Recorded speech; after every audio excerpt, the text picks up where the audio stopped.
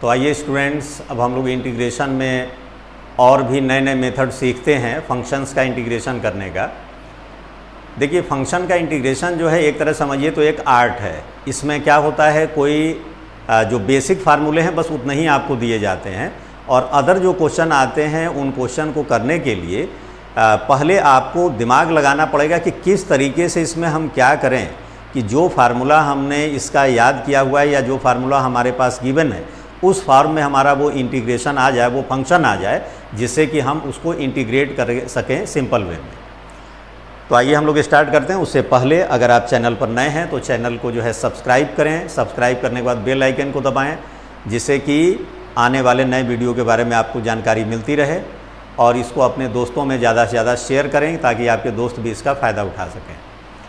तो आज देखिए, हम लोग इंटीग्रेशन में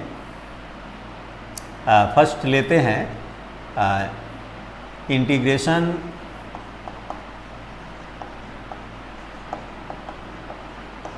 बाय सब्स्टिट्यूशन।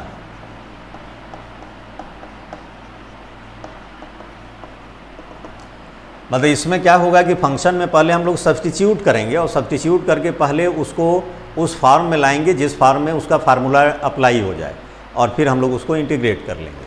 तो इसमें देखिए, फर्स्ट हम जो ले रहे हैं ये इस टाइप के फंक्शन होंगे, जिसमें कि एक फंक्शन f(x) होगा और इसके साथ एक और फंक्शन का मल्टीप्लाई होगा जो कि इस वाले फंक्शन का डिफरेंशियल कोफिशिएंट होगा, इस फॉर्म का। मतलब ऐसे फंक्शन का आपको इंटीग्रेशन करना है जिसमें कि दो फंक्शन का मल्टीप्लिकेशन हो और एक फंक्शन को डिफरेंशिएट किया जाएगा तो वो दूसरा वाला फंक्शन आ जाएगा। जैसे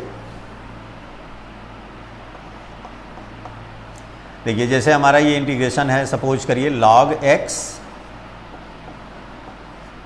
base e into 1/x dx। अब अगर आप यहाँ पर ध्यान दें तो अगर हम log x को डिफरेंशिएट करें तो इसका डिफरेंशियल कोफिशिएंट 1/x आ जाएगा। तो इसको हम लोग कैसे स्टार्ट करेंगे, इसको हम लोग t मान लेंगे। Let t equal to log x base e। इसको डिफरेंशिएट करिए तो ये dt/dx हो गया आपका 1/x। तो यहाँ से dx को इधर क्रॉस मल्टीप्लाई कर दो तो ये आ जाएगा 1/x dx equal to dt। और ये फिर आपका आ जाता है log x into 1/x dx। तो log x को आपने देखिए क्या मान लिया था, log x को आपने t माना था, तो t लिख दीजिए इंटू 1/x dx की वैल्यू हो गई dt। अब आप इसमें जो है x पावर n वाला फार्मूला यूज कर दीजिए, तो t पावर 1 + 1 अपॉन 1 +। तो ये हो गया आपका t²/2। t की वैल्यू अब आप पुट कर दीजिए, t की वैल्यू है log x बेस e, इसका होल स्क्वायर अपॉन 2। और ये इनडिफिनिट इंटीग्रेशन है, इसलिए इसमें आप एक कांस्टेंट ऐड करेंगे। जब भी इंटीग्रेशन कंप्लीट हो जाए तो लास्ट में c ऐड करेंगे, c जो कि आपका इंटीग्रल कांस्टेंट। एक क्वेश्चन और लेते हैं इसमें।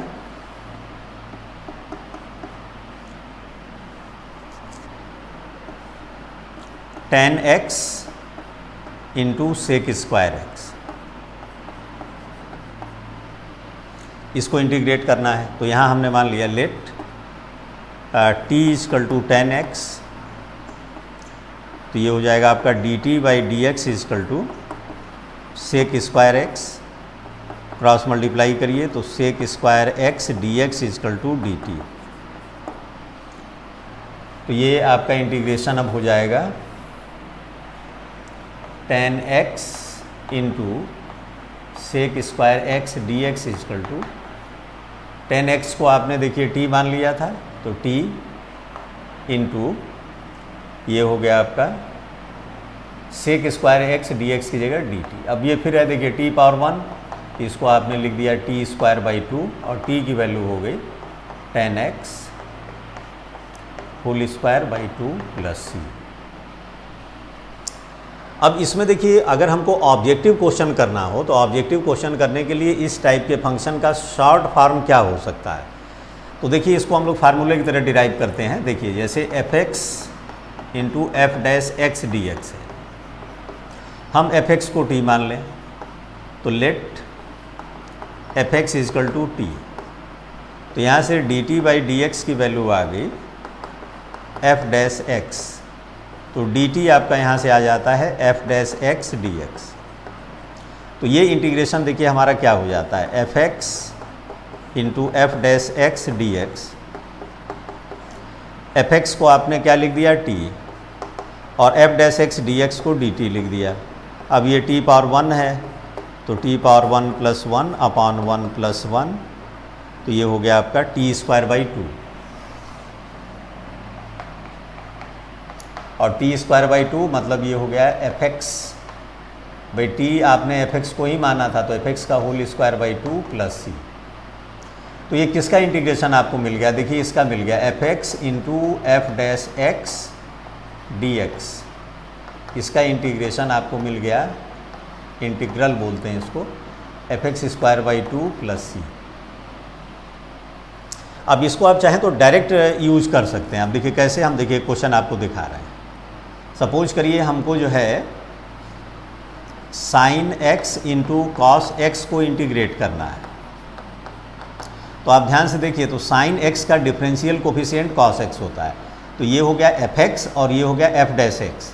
तो ये देखिए इसी फॉर्म में हो गया, तो इसका हो जाएगा एफ एक्स का होल स्क्वायर बाई 2, मतलब ये हो गया साइन एक्स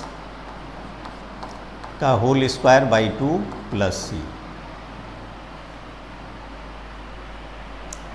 तो देखिए जितने भी एमसीक्यूज वाले क्वेश्चन होते हैं या जितने भी कॉम्पिटिटिव एग्जाम हो रहे हैं उसमें सब क्वेश्चन ऑब्जेक्टिव आता है। तो ऑब्जेक्टिव क्वेश्चन करने के लिए, एमसीक्यूज क्वेश्चन करने के लिए आपको जितने भी प्रूफ बताए जाते हैं उसका रिजल्ट आपको याद रखना पड़ेगा, कि उस रिजल्ट को याद रखिए और डायरेक्ट क्वेश्चन आया उसमें पुट करिए और सीधे जो है जो आपका चॉइस है उस पर टिक लगा दीजिए। तो इससे आपका टाइम बहुत ज़्यादा बच जाता है। तो एमसीक्यूज़ के क्वेश्चन करने के लिए आपको ज़्यादा से ज़्यादा याद रखना है। तो इसका स्क्रीनशॉट ले लीजिए, पहले स्क्रीनशॉट ले करके फिर हम लोग नेक्स्ट।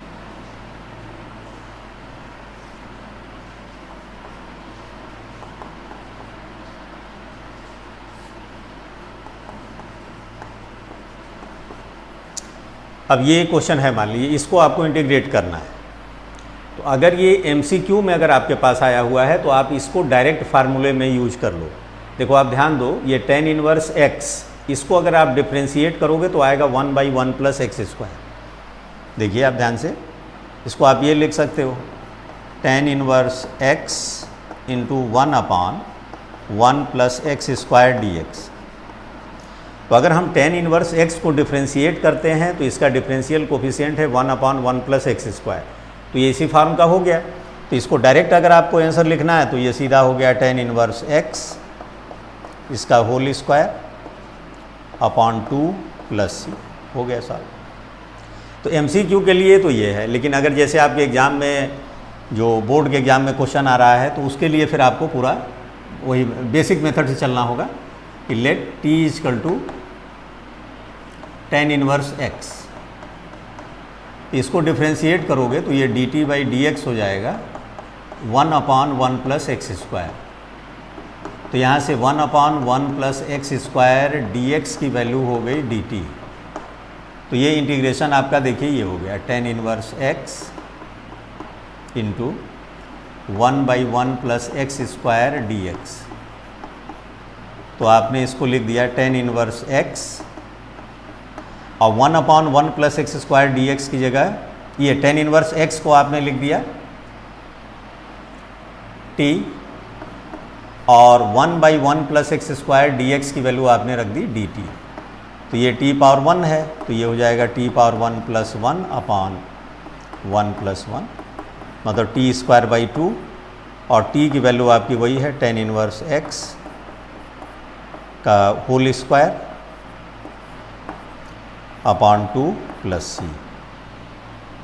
तो आप समझ गए होंगे कि अगर किसी भी प्रूफ का रिजल्ट अगर याद रखा जाए तो एमसीक्यू में कितना ज़्यादा टाइम बच जाता है। अब इतना आप सॉल्व करेंगे और ये आपने डायरेक्ट कर दिया। तो ये चीज़ आपको याद रखना है कॉम्पिटिटिव एग्जाम के पॉइंट ऑफ व्यू से। सेकेंड टाइप का जो इसमें इंटीग्रेशन होता है वो देखिए इस टाइप का होता है।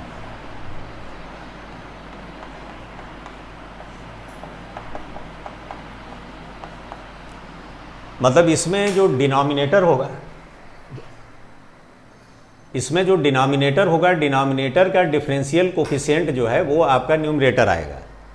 तो इसके लिए देखिए आपको क्या करना है, आपको सपोज करना है जो डिनोमिनेटर है, let t equal to f x. तो यहाँ से अगर आप इसको डिफ्रेंशिएट करिएगा तो ये आ जाएगा d t by d x equal to f dash x. तो यहाँ से क्रॉस मल्टीप्लाई अगर आप करें तो f dash x d x की वैल्यू आ गई डी टी। अब ये अगर आप वहाँ पुट करिए तो देखिए क्या मिलता है आपको, देखिए मिल जाएगा, ध्यान से देखिएगा, f dash x upon f x d x. तो f dash x d x की जगह आप पुट कर सकते हो d t upon f x को आपने क्या लिख दिया, टी। तो अब आप देखिए आ गया 1/t dt। तो याद करो 1/x किसका डिफरेंशियल कोफिशिएंट होता है, तो 1/x होता है log x बेस e का। तो ये आपका देखिए बन गया फार्मूला log x मतलब log t बेस e, मतलब ये हो गया आपका log t की जगह आपने पुट कर दिया fx base e plus c। ये देखिए आ गया। अब MCQ क्वेश्चन अगर आपको करना है तो आप ये रिजल्ट याद रखिए। MCQ क्वेश्चन के लिए आपको रिजल्ट ये याद रखना है, f dash x upon f x d x. इसका देखिए ये फार्मूला है और इसके लिए देखिए ये फार्मूला था।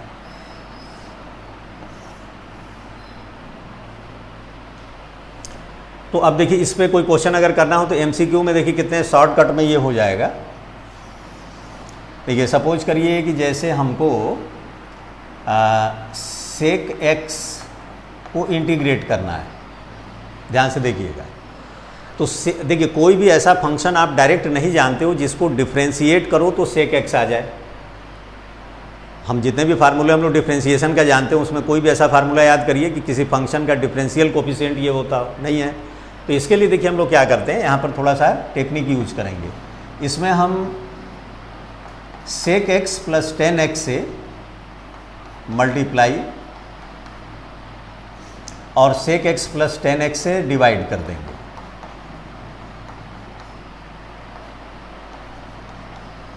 अब आप ध्यान से देखिए, अगर हम सेक एक्स प्लस 10x को डिफ्रेंशिएट करें तो देखिए क्या मिलता है।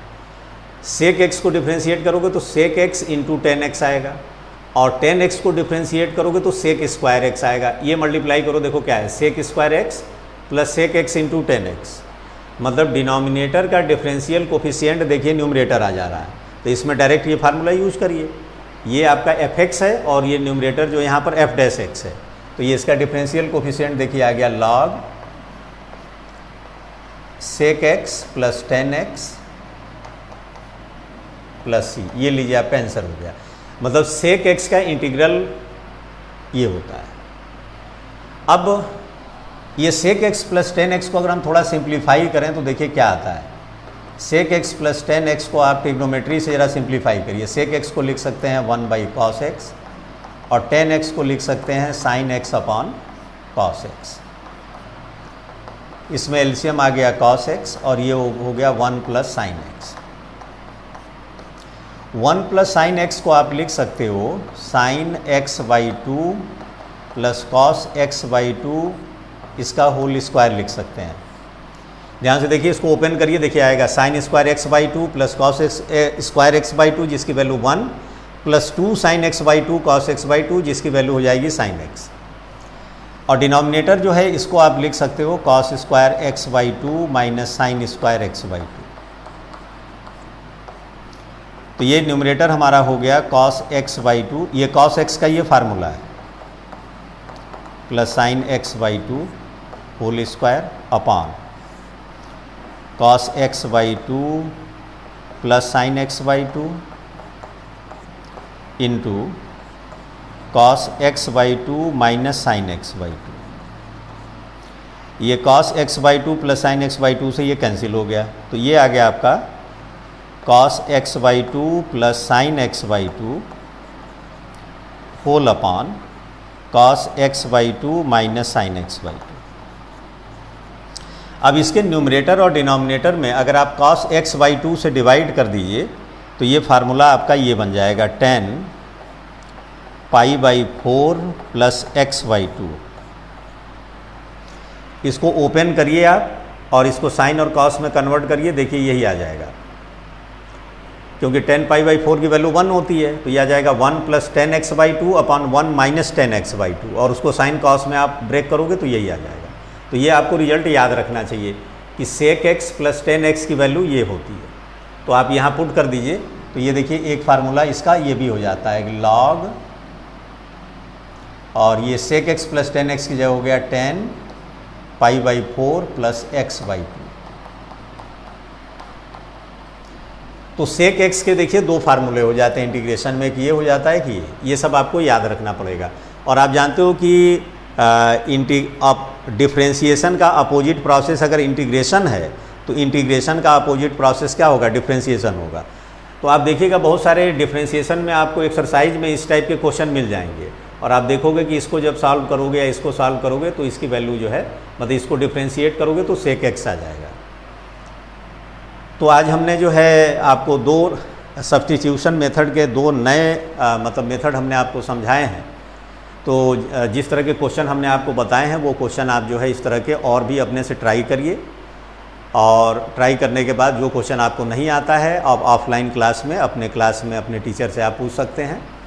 और जहाँ तक मुझे समझ में आ रहा है स्टूडेंट्स कि आप जो है मैथ्स के इस क्लास को एंजॉय कर रहे होंगे, और मैथ्स के लिए आप ध्यान रखें डेली 1 से 1.5 घंटे फिक्स करिए कि हमको रोज़ 1 से 1.5 घंटे मैथ्स के क्वेश्चन की प्रैक्टिस करनी है। और जैसे जैसे आप प्रैक्टिस करते जाओगे आप देखोगे 1 मंथ में आपको अपने अंदर काफ़ी इम्प्रूवमेंट महसूस होगा। बस ये ध्यान रहे कि चाहे कुछ भी हो जाए आपके मैथ के प्रैक्टिस में कोई भी ब्रेक नहीं होना चाहिए। अगर आप चैनल पर नए हैं तो चैनल को सब्सक्राइब करिए, बेल आइकन को दबाइए और अपने दोस्तों में ज़्यादा से ज़्यादा शेयर करिए। इसका स्क्रीनशॉट ले लीजिए, स्क्रीनशॉट लेकर के इसको नोट करिए और इसके एक्सरसाइज के क्वेश्चन करिए।